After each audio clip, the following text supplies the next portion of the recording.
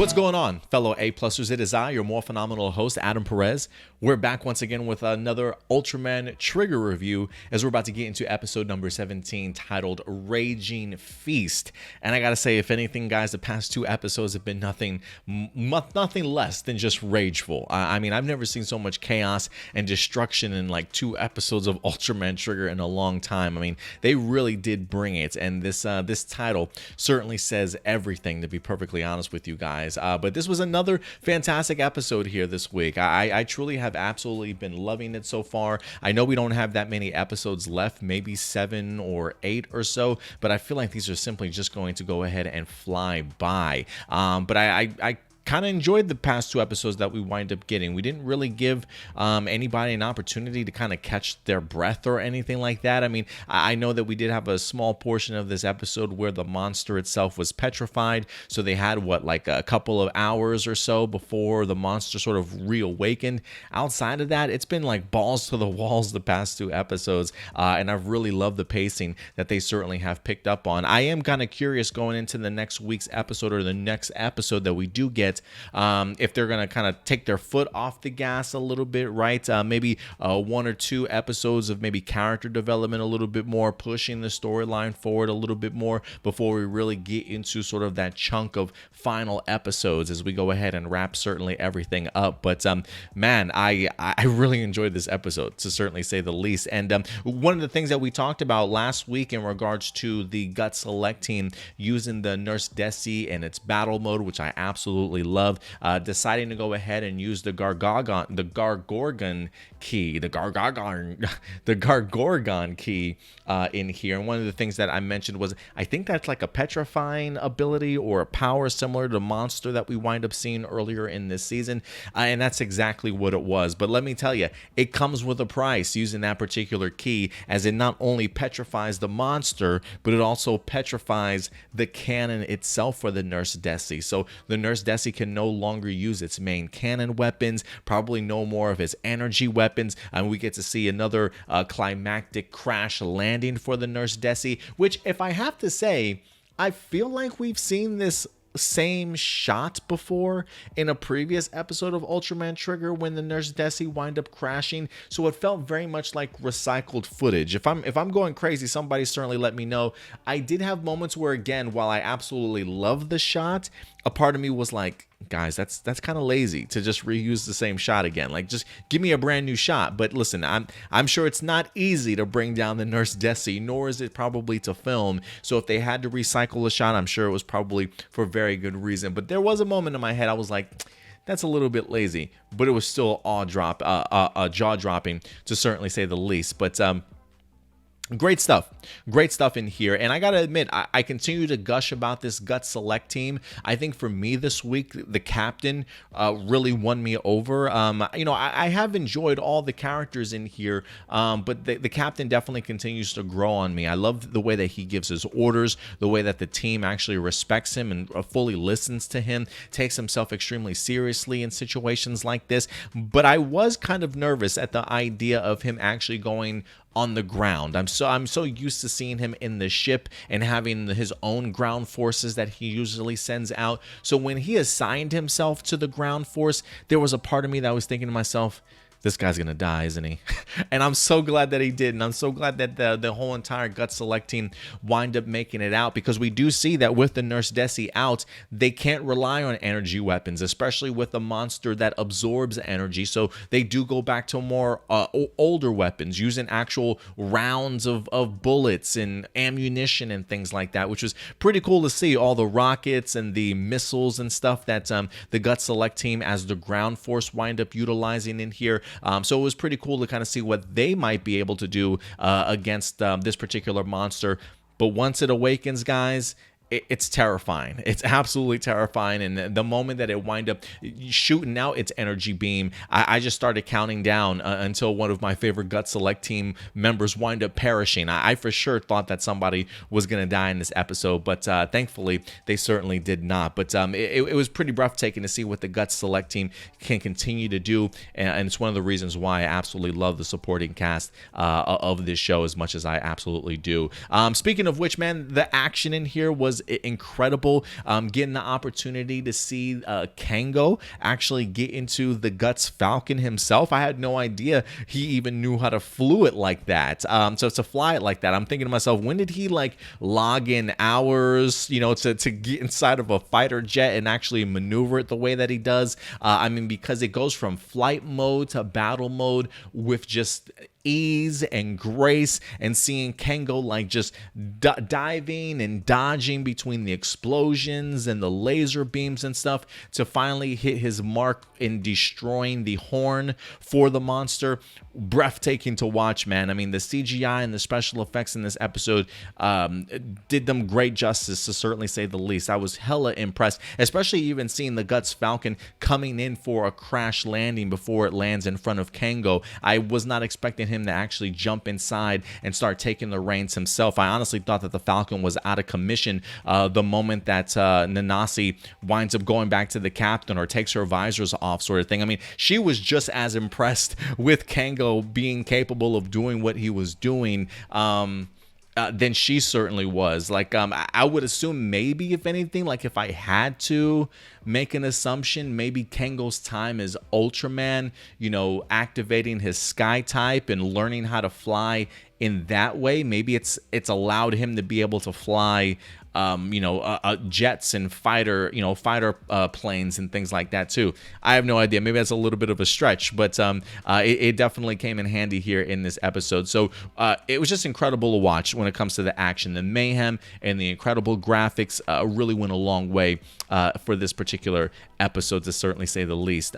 I will also say this was one of those episodes where if things could go worse, they definitely did. And what I mean by that is, towards the end of this episode, the appearance of Carmeara. All right, it was kind of teased in the previous episode that Carmeara was kind of charging up her abilities, maybe doing some meditation work, clearly just thinking about Kango, all the personal vendetta that she certainly had towards this man. And when we talked about the review last week, one of the things that I mentioned was, I'm assuming, if anything, she's getting herself ready for the final battle in this season.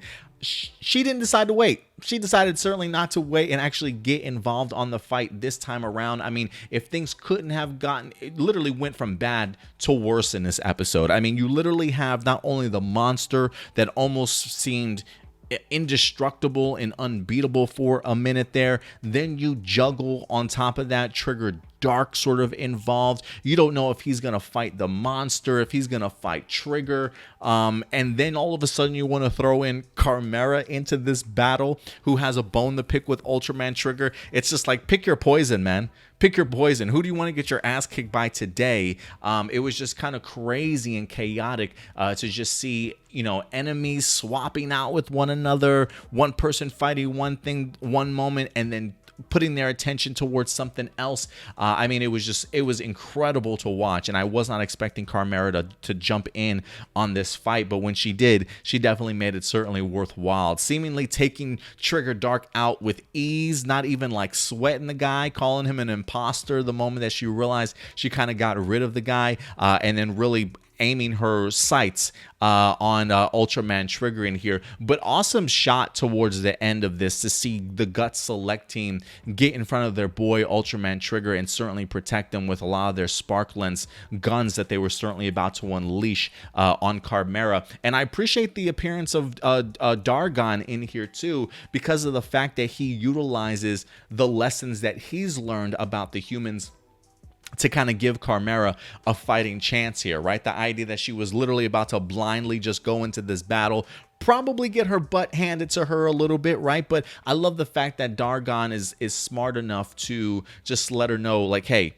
we shouldn't mess with these humans or certainly take them lightly. Like, it's a valuable lesson that I certainly learned. And I just think, for me, at least as a viewer, the idea that the showrunners and writers continued on with that storyline allowed it to become a pivotal moment in this episode where we normally don't see the Giants of Darkness wanting to retreat, but understanding that it's the smart thing to do, and the fact that they brought Dargon back after a few episodes to carry on that lesson to Carmeara, I thought really went a long way in here. So live to fight another day, they usually say, and Dargon certainly took that advice, passed it on to Carmeara, and maybe she's going to take a little bit of a breather for herself, instead of it being so incredibly personal, and maybe letting her emotions take over, maybe not necessarily the best situation for her. So I'm still looking really forward to this final battle between the Giants of Darkness and Trigger. I definitely do think it's going to be something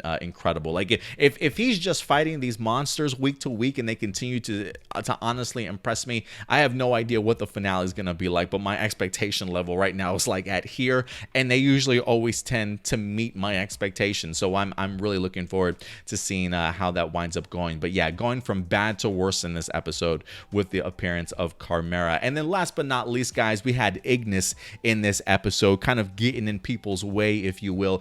Gut Select team pissed off at him that he's interfering with the monster attack when they had a brilliant plan in place, right, to use the Falcon to take off the horn. Granted, it still works, but they definitely have to go through a lot more just to have that accomplished. But Ignis is struggling, man. He is struggling in this episode, still trying to battle, I think, not only just the darkness of Trigger, but also the rage that he still has towards Hoodrum and what he did to his planet. I mean, and when you have that combination, it's an absolutely terrible one of the Trigger dark, feelings and emotions that are already compounding you on top of the personal vendetta that you already have and the grief that you're suffering and things like that. So I really love that. Like, I've always been a big fan of this actor that portrays Ignis. I was a big fan of him when he played Bosco in Gokaiger. I mean, the man knows how to emote his feelings and get his rage and emotions and expressions across, and he did that brilliantly in this episode. Getting to see him fall back into a memory of his other fellow Lushurian friends, smiling, them thrilled to see him, and then the utter destruction that winds up happening to them when Hoodrum winds up coming in, and you could just feel and just see the devastation that Ignis continues to replay in his mind over and over and over again. So to see him harness that Trigger dark when he does become Trigger, or when he does become dark at the end of the day, like you can feel you can feel all those emotions being built up into Trigger and just how wild and chaotic he certainly can be with his attacks, right? Like it's just so rageful that it's just really uncontrollable. So I really love what Ignis is doing in here as far as the character goes. And while he definitely does get his licks in and his punches in this battle, at the end of the day, thanks to Carmeara just kind of having his way with him, he is in fact captured by Gut Select at the end of this episode. I don't think this is the end of Ignis. Like, I just think with so much certainly going on with the Giants of Darkness towards the end, the personal matter that he certainly still has with Hoodrum, I expect if anybody's going to take out Hoodrum, it's probably going to be Ignis. So it would not surprise me if at some point in time Gut Select asks him back for his help, maybe helps him try to learn how to harness those abilities a little bit further. I would be interested to see how long it takes before Ignis gets his abilities back, or before they actually wind up asking him to certainly help him out in the long run. But overall, guys, I really enjoyed this episode. I mean, it felt very much more action-packed the past 2 weeks than anything else outside. I didn't feel like it was really heavy in regards to character development for our main characters. At least I think it did wonders for characters like Ignis, Carmeara, and things like that.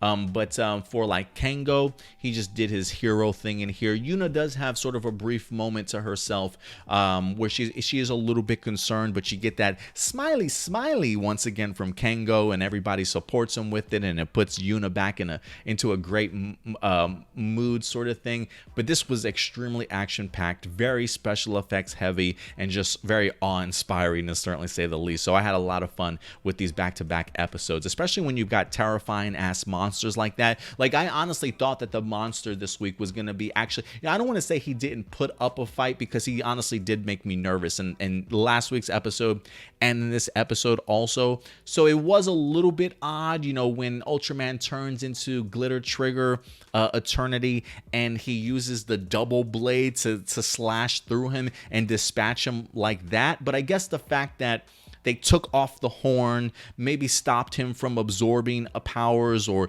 making him a lot more vulnerable than what he certainly was in the past. That I can definitely understand if that's certainly the case, because Glitter Trigger Eternity form was not playing around when it came to this monster this time. So just epic fashion to certainly say the least, and a terrifying monster here this week. So I said it before, this past weekend we were doing our live show on APlus Morphinominal. Ultraman Trigger is currently my favorite tokusatsu show that's airing currently. I mean, it's blowing me away week after week. I don't know if I'm just on a massive hype train because this is my first introduction to Ultraman Trigger, but it tends to have everything that I absolutely love, from its fantasy aspect, sci-fi aspect, drama aspect, incredible action and special effects and things like that. The humor, I wouldn't mind maybe an extra dash of humor in there from time to time, but the Gut Select crew certainly does take care of that for me, and especially just the oddball coupling and relationship, or friendship I should say, between Akito and Kango. There's just so much that works for me in here, and I hope you guys are enjoying this season as much as I certainly am. But listen guys, remember, at the end of the day, these are just simply my APlus opinions. I definitely want to know yours though. If there's anything that I miss, character moments, storyline details, action points that really jumped out to you, anything you guys want to talk about, let's talk about it here in the discussion in the comment section box below, guys, and we'll definitely continue this discussion throughout the week until next week's episode. But until then, as always, do me a big favor, guys, take care of yourselves, take care of each other, and until next time, keep it A+. I'll talk to you guys later. Bye.